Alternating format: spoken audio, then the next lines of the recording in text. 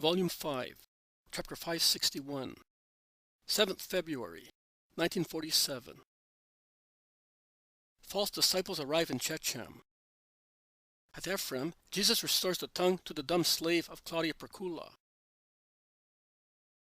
The main square in Shechem. A characteristic trait of springtime is given to it by the new foliage of the trees that surround it, in a double row along the square-shaped walls of the houses, forming a kind of gallery. The sun plays among the tender leaves of the plane trees, projecting an embroidery of light and shadows on the ground. The basin in the center of the square is a silver plate in the sunshine. People in groups are discussing their business here and there. Some people, who are apparently strangers, as everybody is asking who they are, come into the square.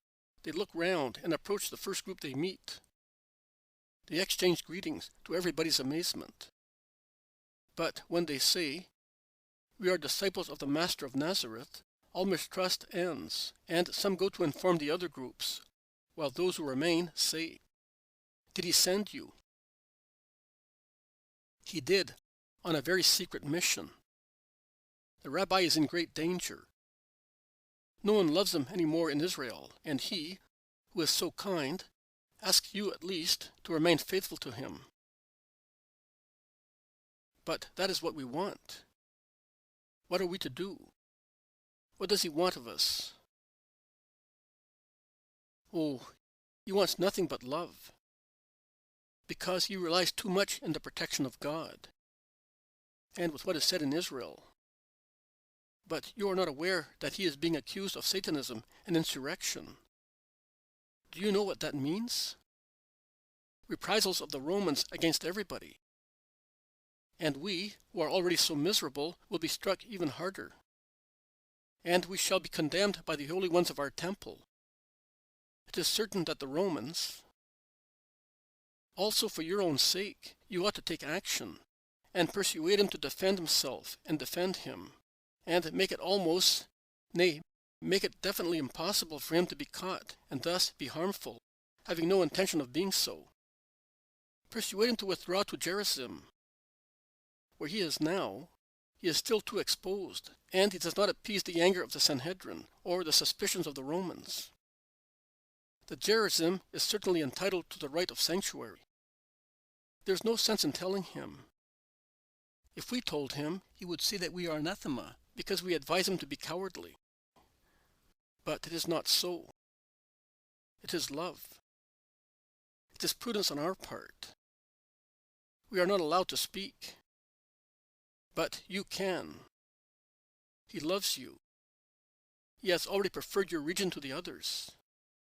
So organize yourselves to accept him, because you will at least find out for certain whether he loves you or not. If he should refuse your assistance, it would mean that he does not love you, and then it would be better if he went elsewhere. Because, believe us, we are telling you this with sorrow. His presence is a danger for those who give him hospitality. But you are, of course, the best of his admirers, and you do not worry about dangers. However, if you risk reprisals of the Romans, it is fair that you should do so for an exchange of love. We advise you for everybody's sake. You are right, and we will do as you say. We shall go to him. Oh, be careful. He must not become aware that it was our suggestion. Don't worry. Don't be afraid. We know what to do. Of course. We will let people see that the despised Samaritans are worth 1,000 Judeans and Galileans to defend the Christ. Come. Come to our houses, you messengers of the Lord. It will be the same as if he came to us. Samaria has been waiting for such a long time to be loved by God's servants. They go away, keeping in the middle of their group those whom I do not think I am mistaken in calling emissaries of the Sanhedrin, and they say, "We realize that he loves us, because this is the second group of disciples that he has sent us in a few days. and we did the right thing in being kind to the first one. It is right to be so kind to him, because of the little children of that dead woman of our town. He knows us by now.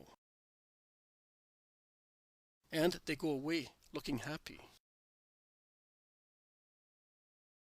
All the people of Ephraim pour into the streets to see the unusual event of a procession of Roman wagons passing through the town. There are many wagons and covered litters, flanked with slaves and preceded and followed by legionaries. The people make gestures of mutual understanding and whisper. When the procession arrives at the crossroad for Bethel and Ramah, it separates into two parts. A wagon and a leader stop with an escort of armed men, while the rest go on.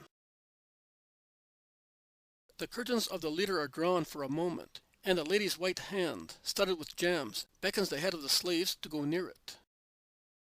The man obeys without speaking. He listens.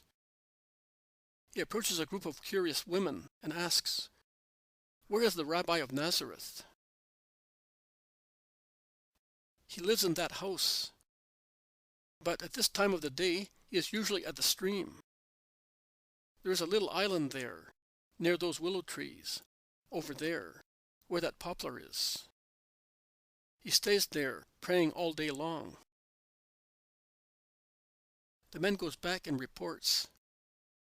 The leader sets out again. The wagon remains where it was.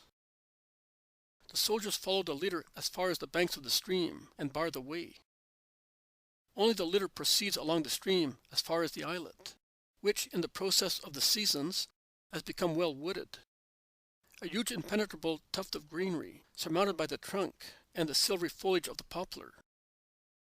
At an order, the bearers, with tucked-up garments, enter the water, and the litter crosses to the other side of the little watercourse. Claudia Procula comes out of it, with a freedwoman, and Claudia beckons a dark slave, escorting the leader to follow her. The others go back to the bank of the stream. Claudia, followed by the two people, proceeds into the islet, towards the poplar standing out in the center. The tall grass stifles the noise of steps. She thus arrives where Jesus is, absorbed in thought, sitting at the foot of the tree. She calls him, advancing by herself, while, with an authoritative gesture, she makes her two faithful attendants stop where they are. Jesus looks up, and he stands up at once as soon as he sees the woman. He greets her, holding himself upright against the trunk of the poplar. He does not appear to be astonished, or annoyed, or irritated at the intrusion. After greeting him, Claudia enters into the subject promptly. "Master, some people have come to me, or rather to Pontius. I do not make long speeches. But as I admire you, I say to you what I would have said to Socrates, if I had lived in his days, or to any other virtuous man unjustly persecuted. I cannot do very much, but I will do what I can. And in the meantime, I will write where it is possible for me to do so, to have you protected, and to make you powerful. So many undeserving people live on thrones, or in high positions. Domina, I have not asked honors and protection of you. May the true God reward you for your thought. But give your honors and protection to those who long for them. I do not crave after them." "Ah, there you are. That is what I wanted. So you really are the just man I foresaw. And the others, your worthless slanderers. They came to us, and—" "You need not tell me, Domina. I know. Do you also know that they say that, because of your sins, you have lost all power, and consequently, you live here as an outcast?" "I know that, too. And I know that it was easier for you to believe the latter rumor than the former, because your heathen mind can decry the human power or the human meanness of a man, but it cannot yet understand what is the power of the Spirit. You are disappointed by your gods, who, in your religion, appear to be quarreling continuously, and who have such a failing power, subject to easy interdictions, because of their reciprocal contrasts. And you think that the true God is the same. But it is not so. As I was the first time you saw me cure a leper, such I am now. And such I shall be when I appear to be completely destroyed. That is your dumb slave, is it not? Yes, Master. Tell him to come forward. Claudia utters a cry, and the man moves forward and prostrates himself on the ground, between Jesus and his mistress. His poor heart of a savage does not know whom he should venerate more. He is afraid that to venerate the Christ more than his mistress may cause him to be punished. But even so, after casting a suppliant glance at Claudia, he repeats the gesture he made at Caesarea. He takes Jesus at bare foot in his big dark hands, and stooping, with his face on the ground, he lays the foot on his head. Domina, listen. According to you, is it easier for a man to conquer a kingdom by himself, or to make grow again a part that no longer exists of a human body? To conquer a kingdom, Master. Fortune favors the brave. But no one, that is, only you can make a dead man revive and give eyes to the blind. Why? Because God can do everything. So, according to you, I am God? Yes. Or, at least God is with you. Can God be with a wicked person? I'm talking of the true God, not of your idols that are the frenzy of those who seek what they perceive to exist without knowing what it is, and they imagine phantoms to satisfy their souls. No, I would not say so. Even our priests lose their power as soon as they fall into sin. Which power? Well, the power to read the signs of the sky and the responses of victims, the flights and singing of birds. You know, augurs, aruspices. I know. So? Look. Raise your head and open your mouth, man, whom a cruel human power deprived of a gift of God. And by the will of the true, only God, the creator of perfect bodies, have what man took away from you. He has put his white finger into the open mouth of the dumb man. The freed woman, who is very curious, cannot remain where she is, and she comes forward to see. Claudia is bowed to watch. Jesus removes his finger, shouting, "Speak, and make use of the reborn part to praise the true God." And all of a sudden, like the blast of a trumpet, of an instrument so far mute, a guttural but clear cry replies, "Jesus!" And the Negro falls to the ground, weeping for joy, and he really licks Jesus' bare feet, just as a grateful dog would do. Have I lost my power, Domina? Give this reply to those who throw out such innuendos. And you, stand up and be good, thinking how much I have loved you. I have had you in my heart since that day at Caesarea. And with you, all those like you, who are regarded as goods, considered inferior even to brutes, whereas you are man, equal to Caesar, by conception and probably better because of the will of your hearts. You may withdraw, Domina. There's nothing else to be said. Yes, there is something. There is the fact that I doubted, that I, with grief, almost believed what they said about you. And I was not the only one. Forgive us all, except Valeria, who has never changed her mind. Nay, her mind is more determined than ever. and there is my gift to be accepted. This man. He could no longer serve me now that he can speak. And my money. No, neither. So, are you not forgiving me? I forgive also those of my people who are twice guilty of not knowing me for what I am. And should I not forgive all of you, deprived as you are of all divine knowledge? Here, I said that I would not accept your money or that man. I will now accept both, and with the money I will free the man. I give your money back to you because I am buying the man. And I am buying him to make him free, so that he may go back to his country to say that on the earth there is the man who loves all men, and the more he sees their unhappiness, the more he loves them. Keep your purse. No, master, it is yours. The man is free just the same. He is mine. I have given him to you. You are freeing him. No money is needed for that.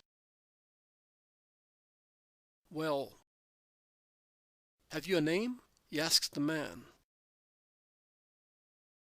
We used to call him Callisto, scoffingly. But when he was caught, it does not matter. Keep that name, and make it real by becoming very handsome in your spirit. Go. Be happy because God has saved you. Go? The Negro does not tire of kissing and saying, Jesus, Jesus. And he lays Jesus' bare foot once again on his head, saying, You, my only master. I, your true father. Domina, you will take upon yourself to let him go back to his country. Use the money for that, and give him the rest. Goodbye, Domina. And never listen to the voices of darkness. Be just, and strive to know me. Goodbye, Callisto. Goodbye, woman.